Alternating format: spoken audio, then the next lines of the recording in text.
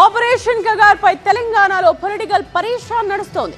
మావోయిస్టులతో చర్చలు జరపాలని తెలంగాణ కాంగ్రెస్ తో పాటు బీఆర్ఎస్ డిమాండ్ చేస్తోంది.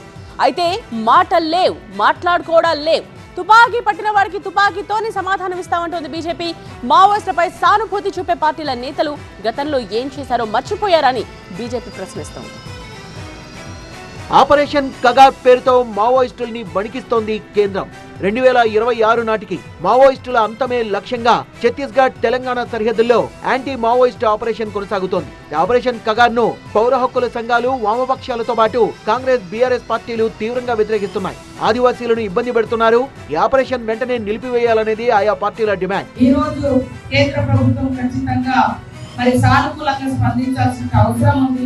చంపడమే మార్గంగా కాకుండా చర్చలకు వస్తున్నప్పుడు ఖచ్చితంగా చర్చించేటువంటి అవకాశం ప్రభుత్వం ఇవ్వాలని, కేంద్ర ప్రభుత్వం ఇవ్వాలని కూడా మనస్ఫూర్తిగా కోరుకుంటా ఉన్నాం.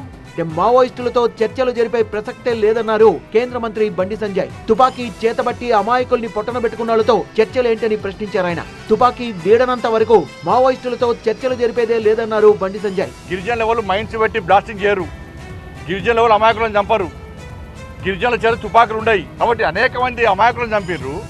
కూడా దాని మీద ఈ సంఘాలు ఎప్పుడు మాట్లాడాయి. ఇవాళ వచ్చి ఇలా చర్చలు జరపాలంటే తుపాకీ చేతిలో ఉన్నటువంటి వ్యక్తులతో, నిషేధింపబడిన సంస్థతో ప్రభుత్వం ఏ విధంగా చర్చలు జరపాలి? ఇప్పుడు మావోయిస్టులకు రెండే ఆప్షన్లు ఉన్నాయి. తుపాకీ వదిలి శరణు కోరడమా, లేక బలగాల తూటాలకు మరణించడమా. ఈ రెండింటిలో ఏది కావాలో మావోయిస్టులే తేల్చుకోవాలన్నారు. మావోయిస్టులు అంతమయ్యే వరకు కేంద్రం పంతం వేడదంటున్నారు బండి సంజయ్.